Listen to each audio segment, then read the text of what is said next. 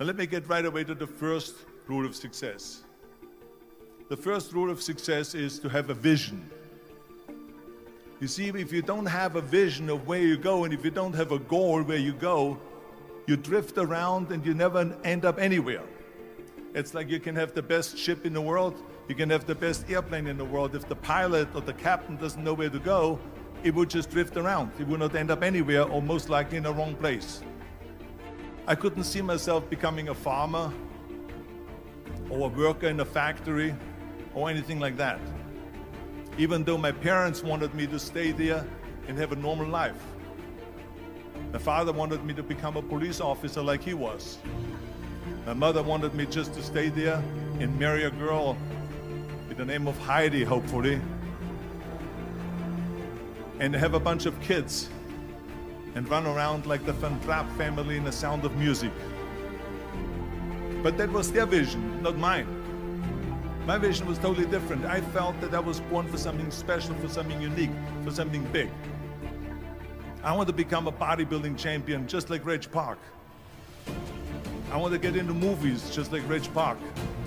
And I want to make millions of dollars and be rich and famous just like Reg Park. So let me tell you something, visualizing your goal and going after it makes it fun. You got to have a purpose no matter what you do in life. You got to have a purpose. So that's rule number one, have a vision. Rule number two is, don't listen to the naysayers. Don't listen to the naysayers.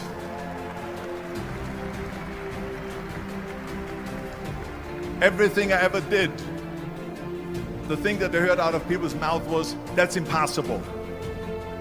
That can't be done. Or no. I remember when I wanted to be a bodybuilding champion, including my parents and everyone else around me, said this is impossible. Why don't you become a ski champion? That's what they do in Austria. Or bicycle champion, or do some track and field. You can't be a bodybuilding champion.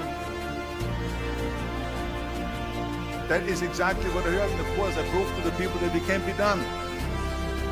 So whenever someone said to me, it can't be done, I heard it can be done. When they said no, I heard yes. And when they said it's impossible, I heard it is possible. Because I am a strong believer. I'm a strong believer of what Nelson Mandela said, that everything is always impossible until someone does it. Well, I'm going to be the one, I said to myself, I'm going to do it and I'm going to show it to them. Maybe it has never been done before. That's perfectly fine with me. But I'm going to do it.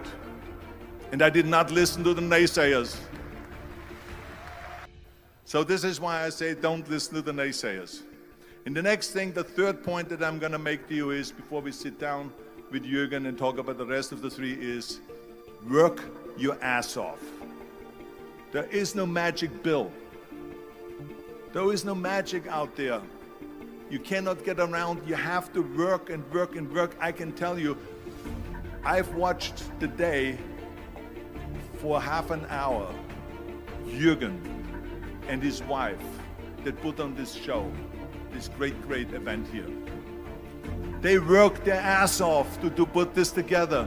All year long they work and they work and they work. This does not come together by itself. When people say we don't have the time, we have 24 hours a day. We sleep 6 hours a day, so that gives you still 18 hours. And there's someone shaking their head out here in front. They say probably, I don't sleep 6 hours, I sleep 8 hours, right? Or just sleep faster. So we have 18 hours a day. The average person works around 8 to 10 hours. So let's assume it's 10 hours, so we have 8 hours left. Then you travel around an hour a day, maybe 2 hours a day. So now you have still 6 hours left. So what do you do with these 6 hours? So you got to work hard. I mean, let me tell you something, when I went to America, I went to college, I went and worked out 5 hours a day, and I was working on construction. Because in those days in bodybuilding, there was no money. I didn't have the money for food supplements or anything. So I had to go to work. So I worked in construction. I went to college. I worked out in the gym, and at night from 8 o'clock at night to 12 midnight, I went to acting class 4 times a week. So I did all that. There was not one single minute that I wasted. And this is why I'm standing here today. I became very friendly with Muhammad Ali in the 70s. And Muhammad Ali worked his butt off. And I saw it firsthand. And I remember that there was a sports writer that was there in the gym and he was working out and he was doing sit-ups. And they asked him, how many sit-ups do you do? And he said, I don't start counting until it hurts. Now think about that. He doesn't start counting his sit-ups until he feels pain. That's when he starts counting. That is working hard. As a matter of fact, I believe what Ted Turner said, work like hell and advertise.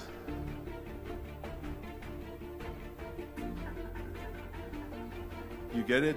Work like hell, go to bed, and early to rise, work like hell and advertise. So you work your ass off, and then you let the world know about your work. That's what it is all about. Let people know if you have a company, if you have a movie, if you do sports, work your ass off, but then advertise and let everyone know. And the reason, one of the main reasons why people want to have a plan B is because they are worried about failing. What is if I fail, then I don't have anything else? Well, let me tell you something, don't be afraid of failing, because there's nothing wrong with failing. You have to fail in order to climb that ladder. There's no one that doesn't fail. What is not okay is that when you fail, you stay down. Whoever stays down is a loser. And winners will fail and get up. Fail and get up. Fail and get up. You always get up. That is a winner. That is a winner. This is one of my 6 rules to success. You can only feel complete as a person if you think about what can you do for your fellow member around you that maybe needs help. I felt like that everyone has a different motivation why you get into that. I was an immigrant going to America, and I saw how America was the most generous country in the world. I mean, they opened up their arms to me, they helped me, they invited me for Thanksgiving dinner. The people, they brought me, the bodybuilders in the gym brought me plates to my apartment because I had no plates, I had no silverware, I had no bedware, I had no pillows, I had no blanket, I had no TV, I had no radio, I had nothing. They brought it to my apartment.